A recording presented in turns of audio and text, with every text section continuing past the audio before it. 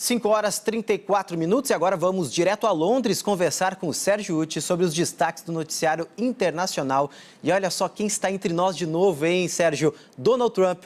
Essa nova crise envolvendo aí o presidente americano deve ser manchete principal até aí no Reino Unido, né? Sim, olha só, Cássio, eu trouxe dois jornais aqui, dois dos principais jornais que têm linhas editoriais distintas aqui no Reino Unido. Olha só, o Daily Telegraph traz o Trump como manchete principal e também o The Guardian. Todos os jornais hoje aqui do Reino Unido, e a maior parte dos grandes jornais do mundo, traz esse imbróglio com o presidente norte-americano e a história que se desenvolveu nas últimas horas é que se o advogado dele, que assumiu que é culpado em 8 crimes, se o advogado é culpado e se o advogado, Michael Cohen, se ele agiu sobre instrução de Donald Trump, isso quer dizer que o presidente é culpado. Essa história vai se desenvolver aí nas próximas horas, nos próximos dias. Já se fala em impeachment, tem eleição para o Congresso norte-americano em novembro, então esse assunto aí vai se desenvolver durante o dia. As bolsas começaram a quinta-feira de forma um pouco instável, porque além dessa crise política nos Estados Unidos, nas últimas horas foi confirmada mais uma rodada de sanções dessa briga entre China e Estados Unidos por causa de tarifas.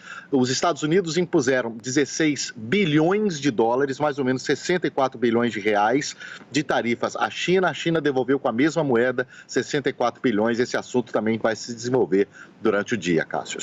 Sérgio, outra coisa que chama atenção nesse caso do Trump é que parece que ele falou com a maior naturalidade, maior normalidade de que a compra aí do silêncio das ex-amantes foi feita com dinheiro do bolso dele e não com dinheiro público. Ele acha isso super normal, né, Sérgio?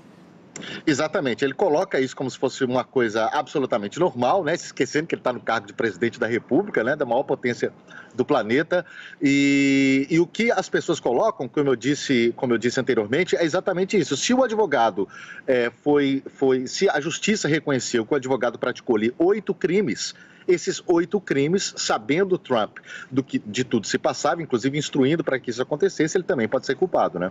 É verdade, pode ser e vai ser julgado. Vamos ver agora o decorrer do dia, o que vai acontecer aí com Donald Trump. Sérgio, mudando de assunto, 5 ativistas aí dos direitos humanos, entre eles uma mulher, estão no corredor da morte na Arábia Saudita.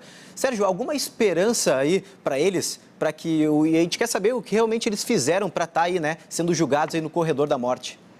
Pois é, entre esses cinco ativistas está a primeira mulher ativista a ser colocada nessa posição, no corredor da morte na Arábia Saudita. O pecado deles, o crime deles foi pedir mudanças no governo saudita. Entre as mudanças, a possibilidade das mulheres dirigirem, que foi um direito recentemente concedido às mulheres da Arábia Saudita, né? A Arábia Saudita tem um novo príncipe regente, é o príncipe Mohammed Al Salman, é um príncipe novo de 32 anos, que promete muitas reformas no país, está sendo muito criticado, apesar de prometer reformas, já começa muito criticado por causa desse episódio específico. O Canadá, por exemplo, criticou de forma muito contundente a Arábia Saudita por causa desse episódio. Os sauditas cortaram relações diplomáticas com os canadenses, chamaram o embaixador de volta e suspenderam um acordo comercial que havia com o Canadá. Por outro lado, outras grandes potências que também têm muitos negócios com o Canadá, como a Alemanha, a Suécia, por exemplo, estão sendo pressionadas para criticar os sauditas, mas até agora não fizeram isso, Cássio. Vamos ver o que vai acontecer. Agora, Sérgio, lá na Austrália já é tarde de quinta-feira e o dia foi péssimo, né, para o governo do país.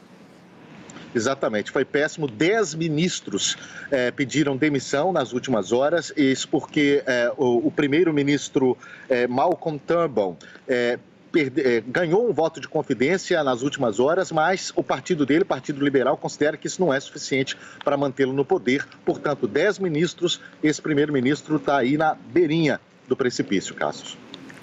E agora nós vamos falar sobre um assunto que você usa óleo de coco em casa, Cássio?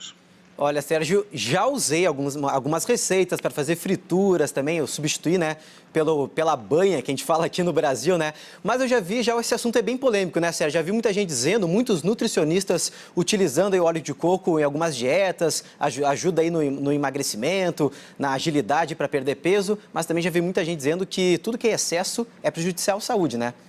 Pois é, eu estou aqui um pouco debaixo de chuva, começou a chover aqui agora em Londres.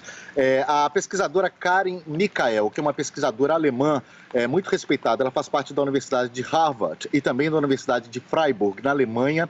Ela fez um novo estudo dizendo que o óleo de coco está, na verdade, entre os alimentos que ela não comeria, um dos alimentos mais perigosos. Isso por causa da quantidade de gordura saturada. 80% da gordura do óleo de coco é gordura saturada. Portanto, ela não recomenda esse alimento para ninguém, Cássio. A gente nunca sabe, né?